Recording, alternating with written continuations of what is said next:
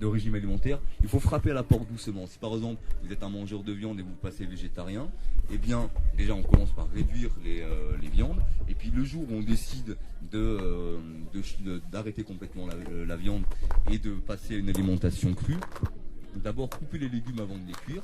On va d'abord passer par une cuisson, et pendant qu'on coupe les légumes, on mange 1 ou 2 morceaux de carottes crues. Ça va donner l'information encore. Par contre, si vous mangez et que vous avez des intestins enflammés, vous mangez des fibres déjà bien dures, ça risque d'inflammer encore plus l'intestin, et là vous allez faire une pathologie et vous allez dire les légumes me font du mal. C'est normal, ça a été trop rapide. Donc allez-y doucement si vous voulez changer de régime alimentaire. Si vous êtes interrogé par quelque chose, l'important c'est d'expérimenter. Tant qu'on n'a pas expérimenté, on ne peut pas comprendre l'énergie insolente, et c'est le mot. Vraiment, hier j'ai discuté avec un jeune qui a été faire une cure de jus en Amazonie, et quand j'ai dit le mot insolent pour l'énergie que ça donne, il a ouvert ses yeux, il a fait ouais tu sais, voilà, il m'a dit ça, t'étais là toi, t'as vu? Ah bah oui, voilà, c'est toi, et bah voilà, c'est toi, ouais, c'est pas reconnu avec tes lunettes, hein. Et ben voilà, donc voilà, l'énergie insolente que ça peut donner, on peut jamais le savoir tant qu'on n'a pas essayé. Et on tombe moins malade, on va plus voir le docteur, et à côté de ça, si on se dirige vers des soins qui sont plus naturels que synthétiques, on obtient des résultats beaucoup plus rapides et bien meilleurs pour le corps. Voilà, donc je termine là-dessus. Je vous souhaite de bonnes recherches, parce que tout passe par là. C'est vos propres recherches, vous faites vos solutions, vous faites votre propre cuisine, vous faites vos contre-recherches, vous regardez ce que disent les uns, ce que disent les autres, pas seulement ce que vous voulez entendre. Il faut aller voir aussi ce que disent les autres qui sont contre vous, entre guillemets. Et c'est comme ça qu'on mène une recherche. C'est pas seulement en faisant plaisir à son ego. Ah ouais, j'ai entendu dire ça, je suis sûr que c'est bien. Alors ça, je le garde et c'est bien. Faut aussi aller voir ailleurs et remettre en cause tout ce qu'on cherche, et puis expérimenter. Après les recherches, expérimenter. Toujours mettre dans la réalité. Voir ce que ça donne. On se plante au début, faut accepter une certaine marge d'erreur au départ, parce que comme un enfant qui apprend à marcher, il tombe. Voilà. Faut accepter avec soi-même de faire ses erreurs, et puis expérimenter, c'est le mot le plus important, je pense, pour quand on entreprend quelque chose de nouveau. Voilà. Merci de votre attention. Ça fait plaisir d'avoir des oreilles attentives. Merci beaucoup. Place aux questions, n'hésitez pas. Merci Philippe d'avoir fait court, c'est vraiment chouette. J'ai assisté à tes conférences, c'est vrai que tu développes beaucoup plus. Et tu t'es forcé de bien synthétiser. Merci beaucoup, c'était très clair. Zora, tu avais une question tout à l'heure? Je t'apporte la machine. Oui, parce que tu parlais de maladies neurodégénératives. Donc je voulais savoir quelles étaient ces maladies qui étaient liées. Donc, Schizophrénie, Parkinson, tout en fait, tout ce que les maladies, Alzheimer, exactement, Alzheimer, Parkinson, schizophrénie, dépression, une simple dépression. Oui, voilà, et que, entre autres, mais pas que, parce que une personne qui serait végétarienne, qui mangerait super bien, mais qui créerait un stress dans son corps, et qui, à cause de ce stress, mais bien sûr, à cause de ce stress, va faire déprimer ses neurones. Si elle maintient la cause qui fait déprimer ses neurones, ça va déprimer jusqu'à l'apoptose, c'est le suicide cellulaire. Comme je vous dis tout à l'heure, une cellule qui est toute seule, qui peut plus communiquer avec ses congénères, si moi je me trouve là et qu'il m'est impossible de communiquer, que vous ne voyez pas, que vous n'entendez pas, je vais déprimer, et puis il peut arriver que je me suicide. Dans mon bain, une cellule, c'est pareil. Quand elle sert plus à rien, elle se suicide. Et c'est ce qui se passe dans les maladies neurodégénératives.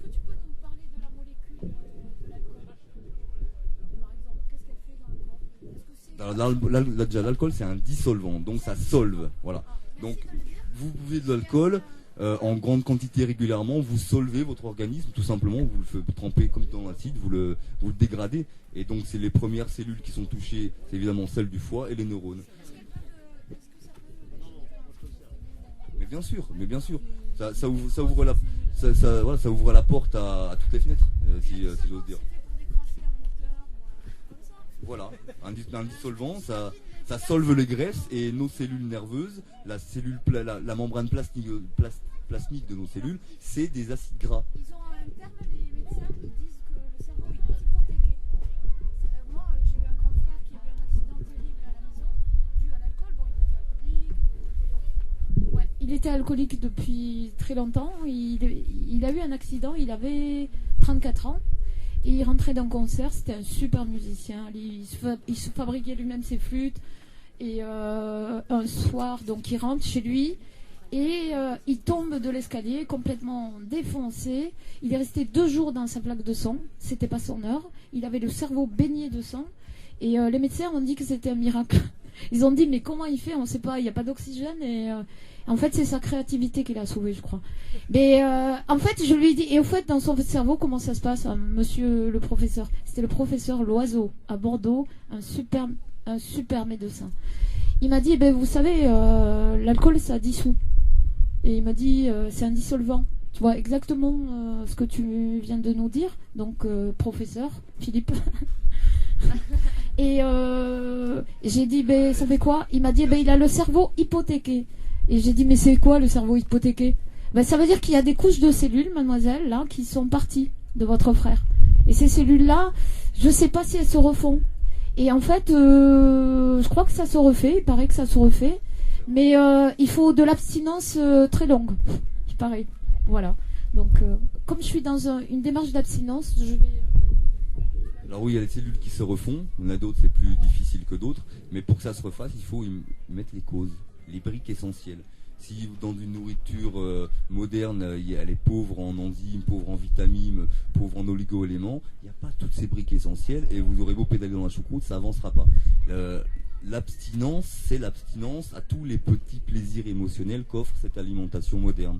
Voilà, la voie dopaminergique, la voie du plaisir, renforcement, récompense. C'est comme ça qu'on dresse n'importe quel mammifère, la voie du plaisir.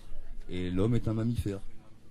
Donc voilà, faut pas l'oublier. Donc voilà. Donc quand on veut régénérer, il faut absolument laisser tomber toute la nourriture moderne et passer à une nourriture bio. J'ai pas le temps de vous expliquer la différence et pourquoi il y a une différence entre le bio et le conventionnel. Ce serait aussi très très long.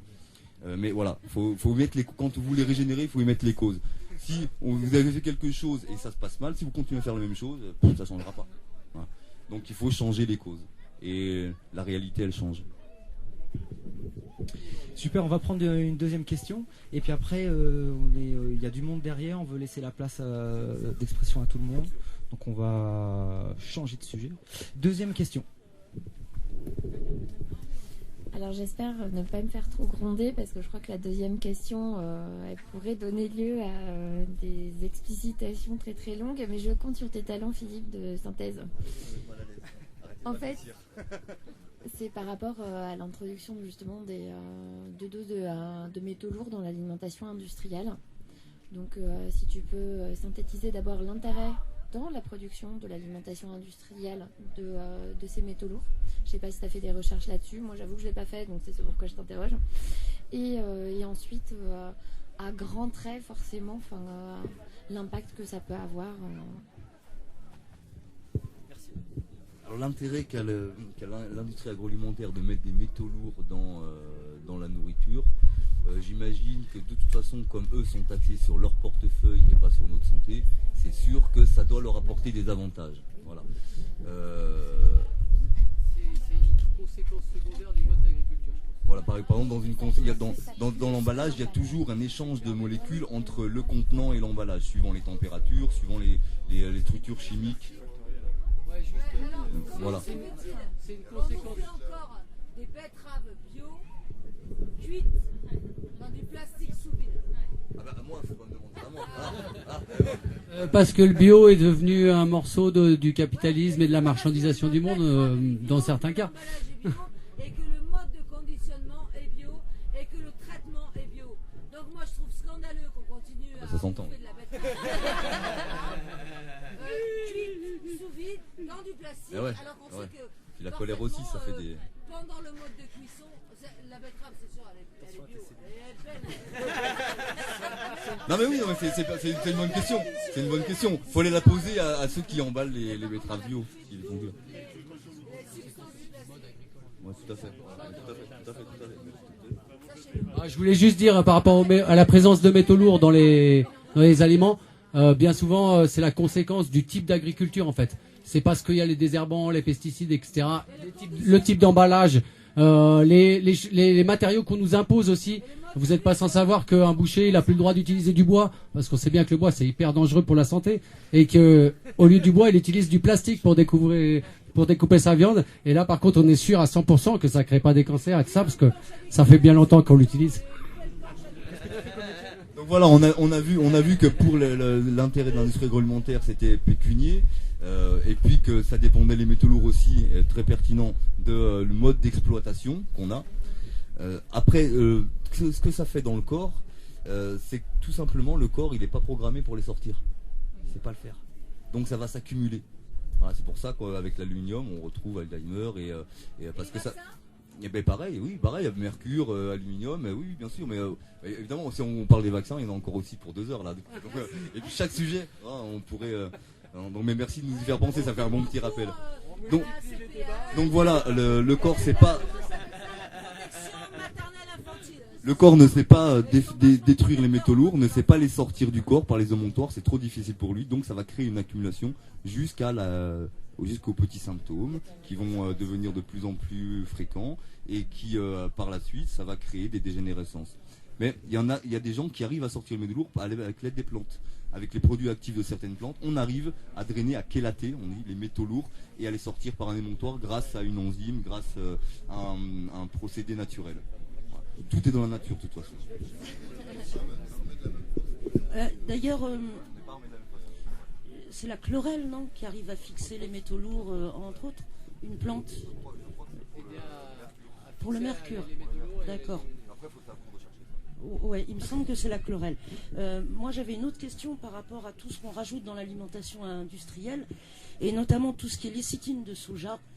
J'avais entendu cette info, j'aimerais que tu me dis si tu la confirmes, que c'était des exhausteurs d'hormones et que ça créait des accélérations ou des troubles vis-à-vis notamment de la puberté des jeunes filles. Chez certaines, ça dépend après de la chimie de la personne. Chez certaines personnes, ça va être flagrant. Chez d'autres, ça va être plus pernicieux. Puis il y en a d'autres qui, ça va faire aucun effet. Exactement comme l'oncle Roger qui a fumé 96 ans et qui est pas mort d'un cancer. Mais il est mort quand même de la cigarette, parce qu'il n'avait pas fumé, il aurait vécu évidemment plus longtemps. Donc on n'est pas tous égaux. Voilà, on n'est pas tous égaux. Mais bien qu'on ne soit pas tous égaux, qu'il y en a qui se défendent mieux d'autres, c'est toujours un toxique. Une toxine, c'est toujours une toxine. C'est toujours quelque chose qui est là en trop, qui va prendre de l'énergie au corps, qui va lui demander de produire de l'énergie, et que le corps ne va pas pouvoir la produire à cause de cet encrassement cellulaire où elles vont pouvoir communiquer. Donc la toxine, elle est là, elle va nous faire baisser notre énergie, forcément. Donc c'est autant ne pas la mettre. Et être un humain avec ses capacités optimales.